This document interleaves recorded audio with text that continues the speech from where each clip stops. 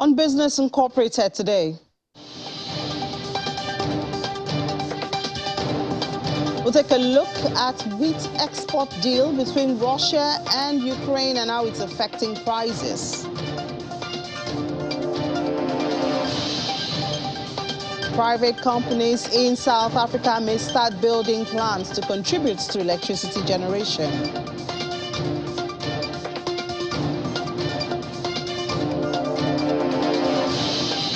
And Algeria unveils new oil and gas discoveries.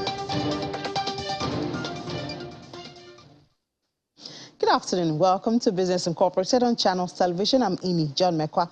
Let's start right off with the market. Mostly in Africa, we see green, except in Nigeria's equities market, which is still in that negative territory. It was down by a massive 1.75%, heading to 2%. And that's because of sell-offs. It continues from yesterday. In South Africa, however, the JSE is up almost 0.5%. The EGX 30 also gained as intraday, going up more than 2%.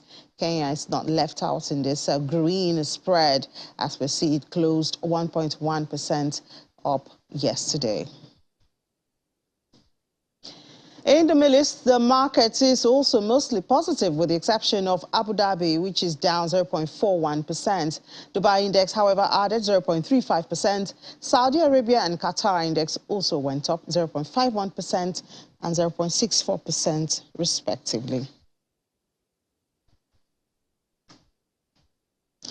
Let's go to London now, where there's a meeting on environmental issues as it affects development. That's the conversation going on in London as they hold the Nigeria-British Association Roundtable on green investments. And we have standing by right there the president of that association, Bimbola Okoya, the president of Nigeria-British Association. Good afternoon, Ms. Okoya. Thank you so much for joining us.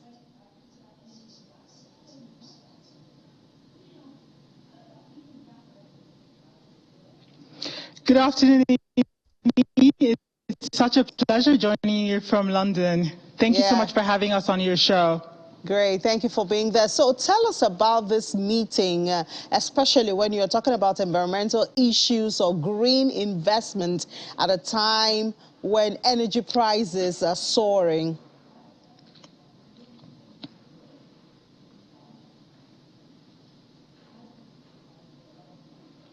Yes. This program is an executive roundtable of the Nigeria-Britain Association. The association has been around for over 53 years, running predominantly in Nigeria. Now, what we've done is that we wanted to have a roundtable discussion on one of the most topical issues, and there's nothing more topical now than the environment and climate change, to be particular. You might not know, but as of last week, in the UK, we had temperatures as high as 40 degrees Celsius, which is even higher than the temperature in Nigeria. It's really a very topical issue. And what we find is that some of these environmental issues affect trade and investment between Nigeria and Britain and other nations. And we thought that it would be very good to bring the ecosystem, that's the government, the private sector, NGOs, and different organizations working together so that we can come and forge a solution together. Now, ongoing, we have discussions both from Nigeria and Britain where we're talking about some of these issues that impact climate change and how we can collaborate and come up with different initiatives that we can follow through. We're moving away from the usual talk shop by ensuring that we have major networking platforms that we can leverage on so that we can make a real sustainable impact. Yeah, I'm happy you said you're moving away from the usual talk shop. What are some of the key points or action points that we should expect at the end of this roundtable meeting?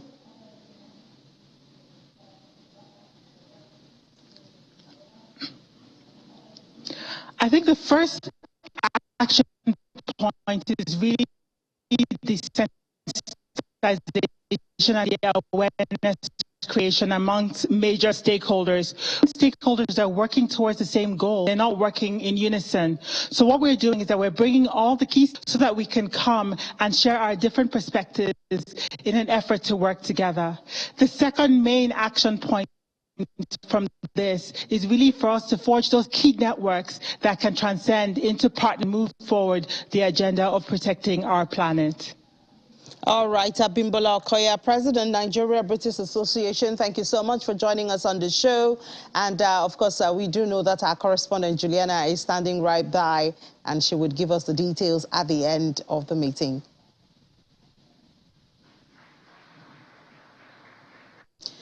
So let's go to Berlin now, where we see one of the most topical issues now is that Russia has said it is halving deliveries of natural gas from Nord Stream 1. And there was immense relief last week when Gazprom resumed sending gas down that pipeline to the EU. But soon the EU will only be getting 20% of that gas that it's used to receive through that. We have Rob now joining us to tell us how surprised, especially not just Europeans, but the Germans, how surprised were they at these announcements from Gazprom? Well, President Putin hinted very heavily last week that this was going to happen. So a surprise it is not, but there was certainly some wishful thinking that this wouldn't happen. Flows only resumed down Nord Stream 1 last Thursday after a 10-day stoppage for maintenance. But the pipeline since then has only been running at 40% capacity.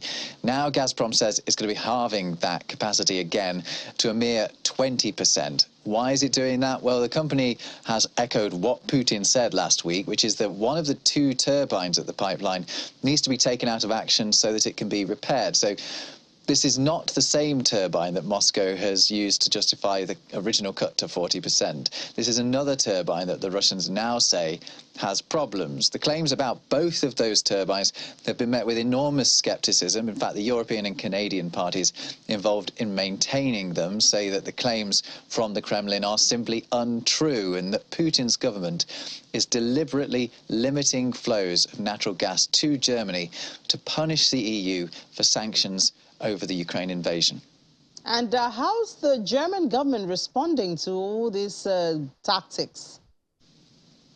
Well, we've been hearing from the German Economy Ministry on this. It says that according to its information, there is no technical reason for the reduction of deliveries. Minister Robert Habeck says Russia's simply choosing to break its contracts and just blaming others as part of what he called a duplicitous game.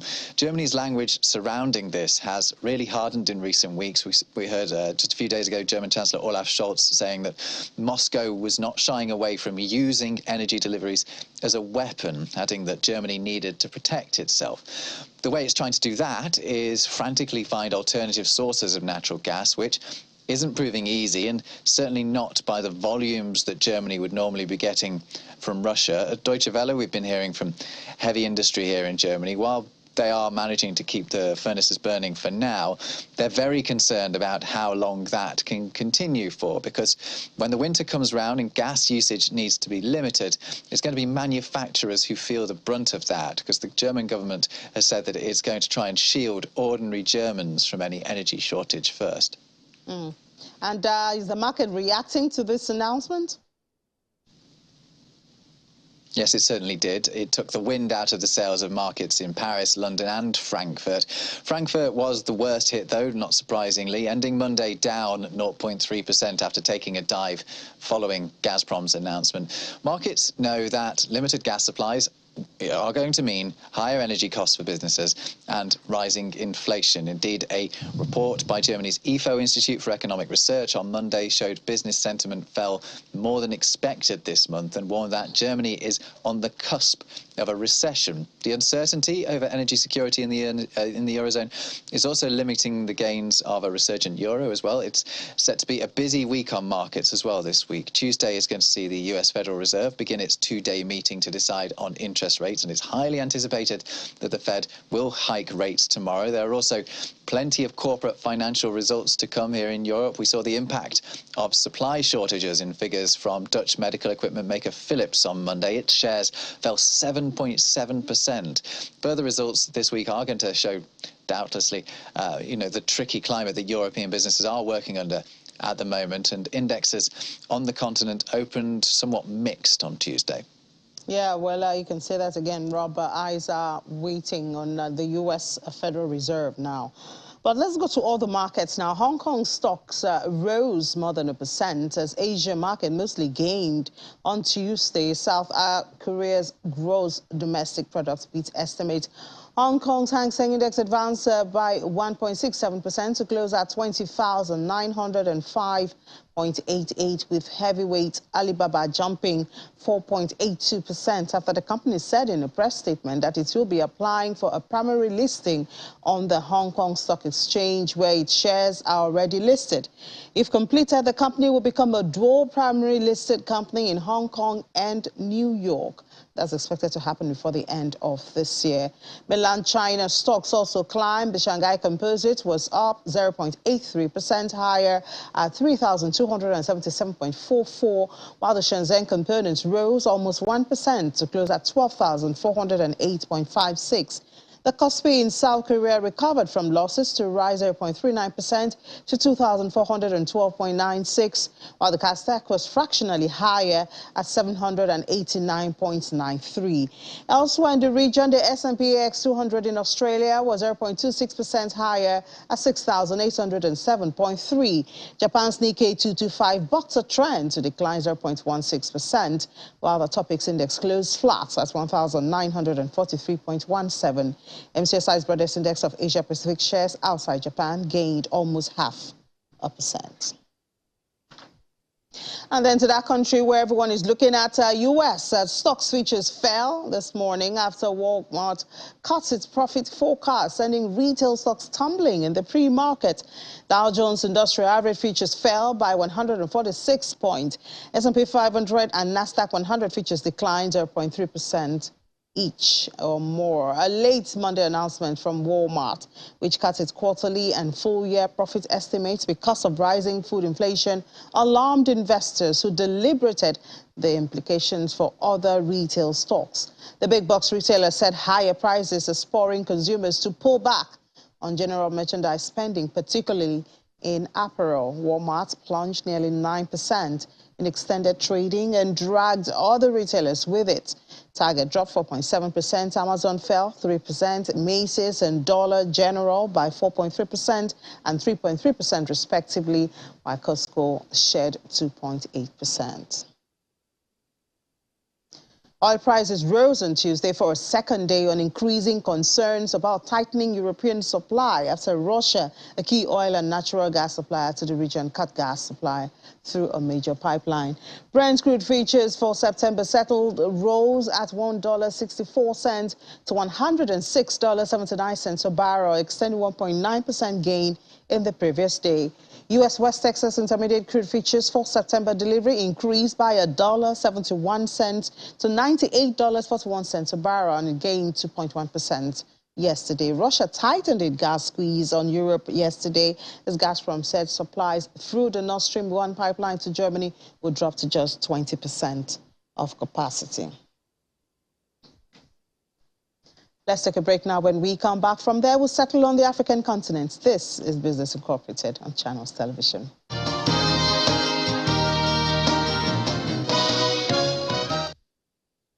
You're welcome back. Let's settle in Nigeria now as we resume on Business Incorporated. Well, the Abdul Samad Rabiu Africa Initiative, which is the brainchild of industrialist, philanthropist, and founder of Boer Group, Abdul Samad Rabiu, is awarded a $3 million development initiative to Niger Republic from its ASR Africa Fund for Social Development and Renewal. The donation was announced at the State House over the weekend when the president of Niger Republic, Mohamed Bazoum, hosted the chairman of Boer Group and ASR Africa, Abdul Samad Rabiu.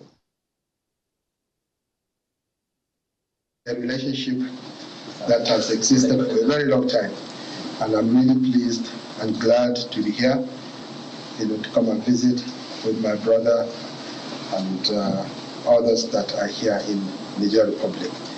We have an excellent relationship, and we are at home here. His Excellency President Bazoum has been a family friend, a close family friend for many, many years. So it is an honor and privilege, and a privilege for me to be here in Miami and to be received by His Excellency. And I want to use this opportunity to thank His Excellency for the warm reception, for the hospitality accorded to us, and the warmth and the love, the friendship that we have received. I really sincerely thank His Excellency and all his colleagues from the bottom of my heart. And we believe this is a relationship that has existed and will continue to exist for a very long time, Your Excellency. Thank you so much, Your Excellency, for having us. Thank you. Thank you. From there, we'll go to the commodities space, and wheat, of course, is very much in the news, especially after the agreement between Russia and Ukraine with the arrangement of the United Nations and Turkey. And of course, we had some disruption to that. But we have Oluwaseyi Midora, analyst with financial derivatives, now joining us to discuss wheat and the development around the prices. Hi, Seyi, good afternoon. Good afternoon. Thank you for having me today. Good to have you today. So there's a bit of hope, and then we have a little bit of dark clouds when we hear about the attack on the southern part of Ukraine that could stop the wheat export deal. But do you think that this will be affected by, already we have seen, of course, the price of wheat tapered and then it went back up again. How do you see this affecting the price in the future? Do you see it going through? Okay, yes. So, I mean, basically, it's left to anyone's guess now, because what this attack on Saturday on the Odessa seaport shows is that the Russians are basically not to be taken at their word. They are undependable, and it's definitely going to affect wheat prices, because as we both know, both these countries, Russia and Ukraine, are responsible for about 30% of global wheat exports. Russia is about the third largest producer and exporter, and Ukraine is about the 8th or 9th. So, of course, I mean, it's surprising that they went back on what was previously agreed, and it was basically just a day after. So, I mean, in terms of where it's going to affect prices, it definitely will affect prices, but it's a case of where we expect it to be. If, in the end, the prices end up, or this deal, people think that the Russians might end up not reneging again on the deal, then we expect that prices will go down. But ultimately, it remains to be seen, and people do not want to speculate on the lives of their crews, or neither do they want to put their ships at risk. Insurers also do not want to put their vessels or vessels which they have insured at risk as well. So definitely, in the short term, we might see that prices might end up going a bit up, or long term, it might end up reverting and then going back down. And what do you see, especially flour milling industry in Nigeria? How do you see them reacting or hedging against this volatility?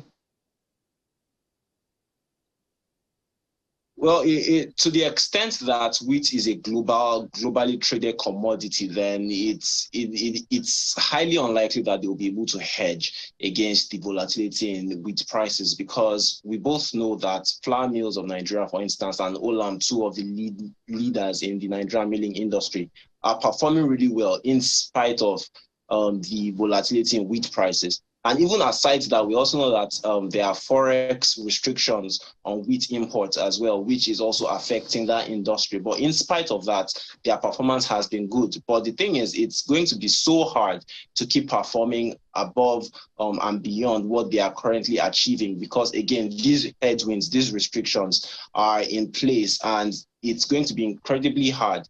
And to the extent that we know that the Nigerian substitute is not so much the Nigerian wheat produce is not so much a refined substitute for that which is imported, then it's going to have some sort of margin compression on their numbers sometime in the future if these things do not revert and go back to the way things were. So you don't see Nigeria having a substitute in any near future?